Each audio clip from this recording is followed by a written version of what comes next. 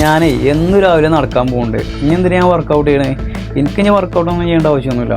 ഇങ്ങനെ പറയുന്ന ആൾക്കാർക്ക് ഈ വീഡിയോ ഇപ്പം തന്നെ അയച്ചു കൊടുക്കണേ. ഓലെ കുറ്റപ്പെടുത്താനല്ല, ഓലെ രക്ഷപ്പെടുത്താൻ. വാക്കിങ്, ജോഗിങ്, സൈക്ലിങ് ഇതൊക്കെ കാർഡിയോ എക്സസൈസുകളാണ് നമുക്ക് എല്ലാവർക്കും അറിയാലേ.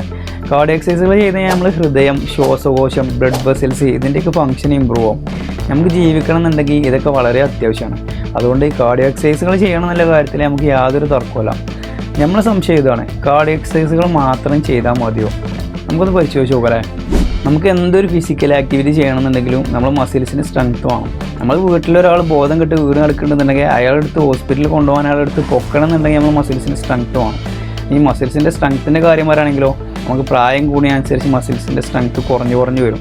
അത് കുറയാതെ നിൽക്കണമെന്നുണ്ടെങ്കിൽ മസിൽസിൻ്റെ സ്ട്രെങ്ത്ത് കൂട്ടണമെന്നുണ്ടെങ്കിൽ വെയിറ്റ് ട്രെയിനിങ് അഥവാ റെസിസ്റ്റൻസ് ട്രെയിനിങ് ചെയ്യൽ നിർബന്ധമാണ്. നമ്മൾ കാർഡിയോ എക്സസൈസ് മാത്രം ചെയ്തുകൊണ്ട് നമുക്ക് എന്ത് കിട്ടില്ല, മസിൽസിൻ്റെ സ്ട്രെങ്ത്ത് കൂടില്ല.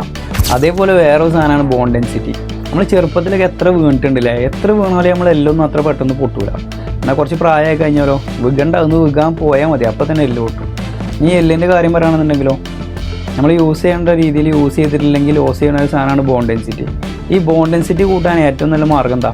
റെസിസ്റ്റൻസ് ട്രെയിനിങ് അഥവാ സ്ട്രെങ്ത് ട്രെയിനിങ്. ഈ ഫാറ്റ് ലോസിൻ്റെ കാര്യം പറയുകയാണെങ്കിലോ നമ്മൾ കാർഡിയോ എക്സസൈസ് ആണ് ചെയ്യണമെന്നുണ്ടെങ്കിൽ ഡ്യൂറിങ് ദ എക്സസൈസ് നമ്മൾ എക്സസൈസ് ചെയ്തുകൊണ്ടിരിക്കുന്ന സമയത്താണ് കാലറി ബേൺ ആവുന്നത്.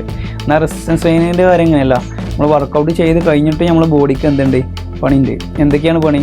നമ്മൾ മസിൽസിൽ ഓക്സിജൻ റീഫിൽ ചെയ്യുക, ATP റീസ്റ്റോർ ചെയ്യുക, ലാക്റ്റിക് ആസിഡിനെ റിമൂവ് ചെയ്യുക, ഡാമേജ് ആയി കിടക്കണ നമ്മൾ മസിൽസിനെ റിപ്പയർ ചെയ്യുക, നമ്മൾ ഹാർട്ട് റേറ്റ് നോർമലാക്കുക, ബോഡി ടെമ്പറേച്ചർ നോർമലാക്കുക. ഇതൊക്കെ നമ്മൾ ബോഡിക്കുള്ള പണിയാണ്.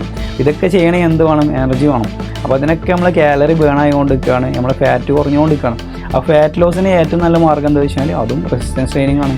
അപ്പോൾ നിങ്ങൾ കാർഡിയോ എക്സസൈസും ചെയ്യുക, സ്ട്രെങ്ത് ട്രെയിനിങ്ങും ചെയ്യുക, ലൈഫ് ലോങ് ഹെൽത്തി ആയിരിക്കുക. ഓക്കെ.